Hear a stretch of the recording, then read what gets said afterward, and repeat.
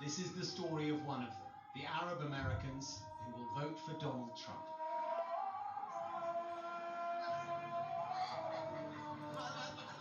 It is at a high school in Michigan, on the edge of Detroit, within the all-American experience, that you find the views that may help shape the future here.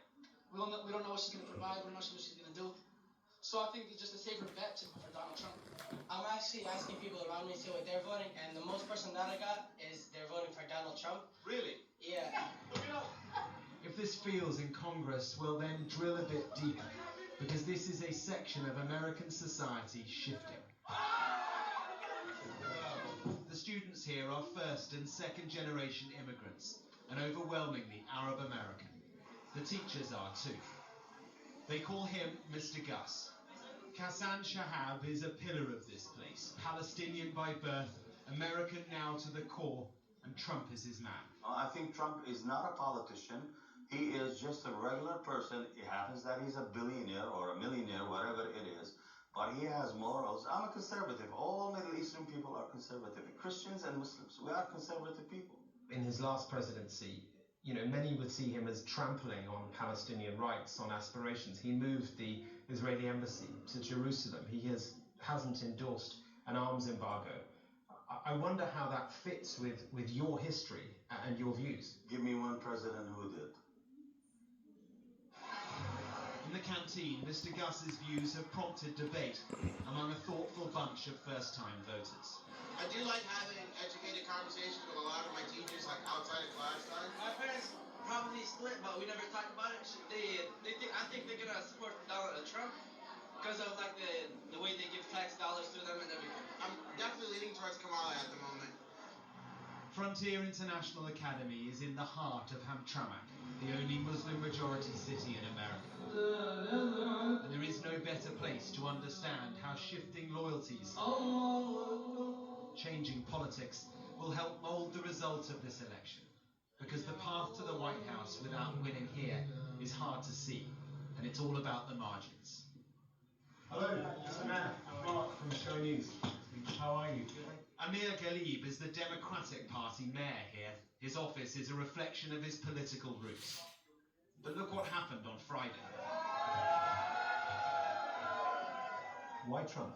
It's a combination of two things. Disappointment at the current administration and hope that the new administration led by Trump, if he wins the election, will do something different that will help resolve some of the issues locally and internationally.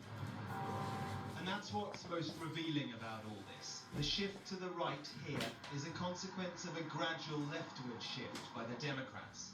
It's about the real war in the Middle East, yes, but it's also about culture wars in America, too. Last year, an attempt to fly a pride flag on city property was blocked by the mayor and his team.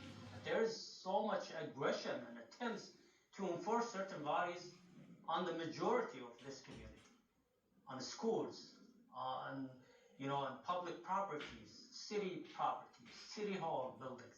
The Democratic Party is not doing anything to prevent that shift in dynamics. No one from Team Harris has reached out to you? No. Does that surprise you?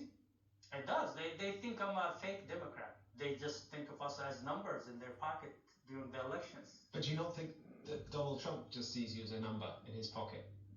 Donald Trump, listen, I requested if he wants our support, I want to meet him personally. And he came. And he came. And he listened to me. Drive west out of Hamtramck through the Detroit suburbs and you'll reach Dearborn. About half the population here is Arab American, most of them from Lebanon. It's wealthier here. The dynamics are different.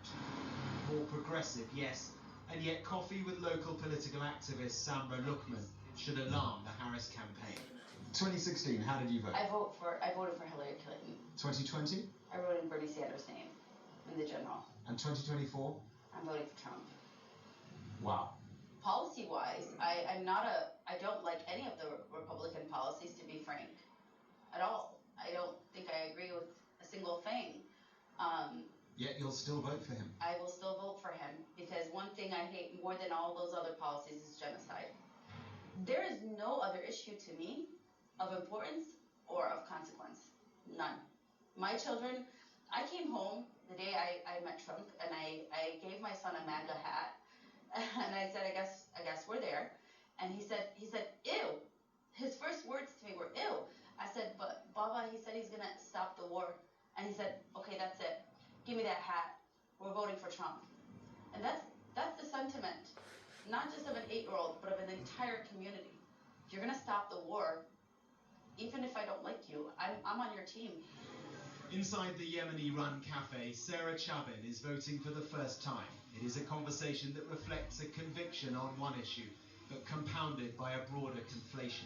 What about the prospects of America's first female president?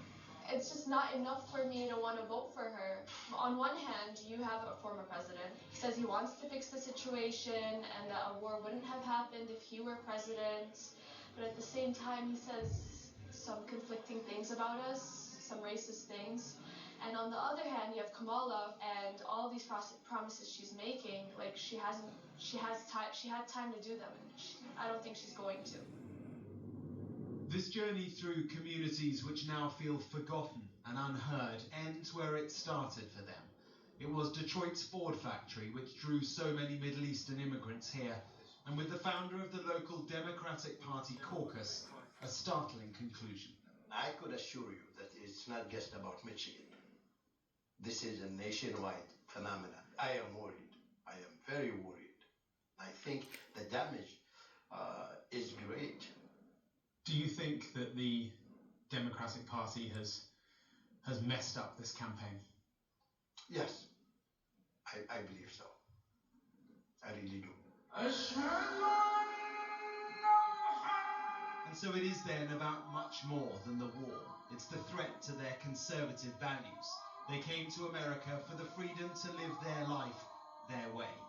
It won't take many to swing this state and streamline the path to the White House. Here, through all the contradictions, they are swinging to Trump. Mark Stone, Sky News, in Michigan.